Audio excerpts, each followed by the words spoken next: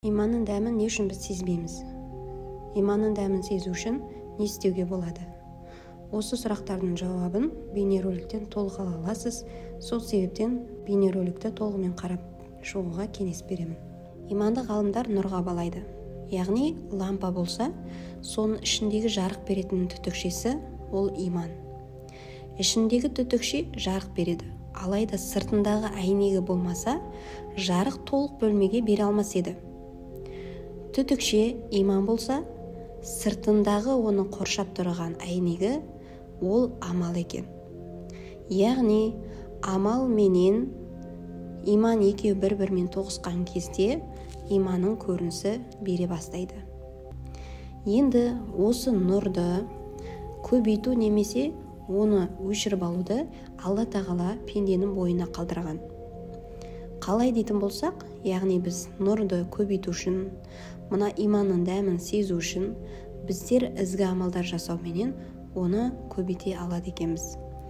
Яғни жасаған кезде ізгі амалды ол тек Алла үшін жасалыну керек. Алла үшін амал жасалынған кезде ол иманның дәмі кіре бастайды. Оның ішінде біздің Құранымыз, зікіріміз, садақамыз, жалпы Алла үшін жасалынатын бүкіл амалдар соның ішіне кіреді.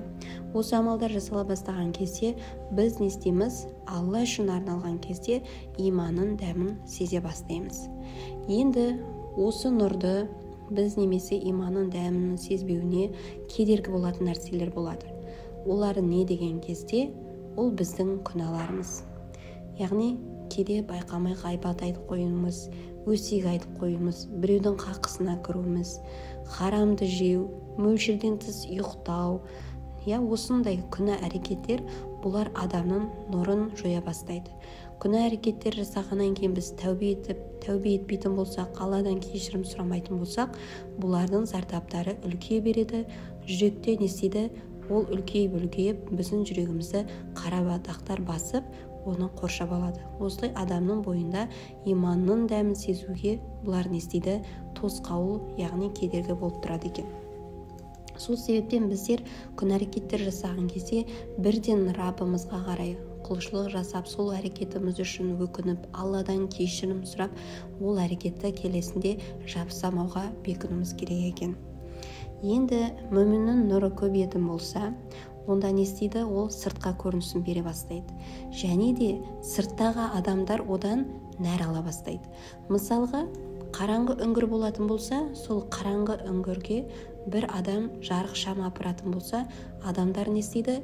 Ол шамнан нәр жарық ала бастайды. Оның жарығынан нәр алады, оның жылуын алады. Сөйтіп адамдар не істейді? Оны қоршай бастайды. Сол секілді, егер де иманы толысқан адам, жүрегінде иманы толысқан адам болатын болса, сырттағы адамдар одан не істейді? Нәр ала бастайды. Алланың дінін тани бастайды. Одан үлгі ала, сол исламның бұйырған шариғатын, діндерін, құлшылықтарын жасаған көрінісін көріп, оған еріп, оның істеген әрекеттерін ол да жасауға тырысатын болады.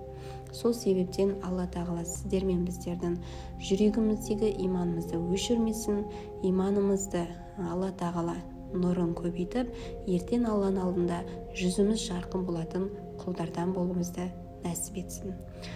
Ассаламу алейкум рахматуллахи баракату.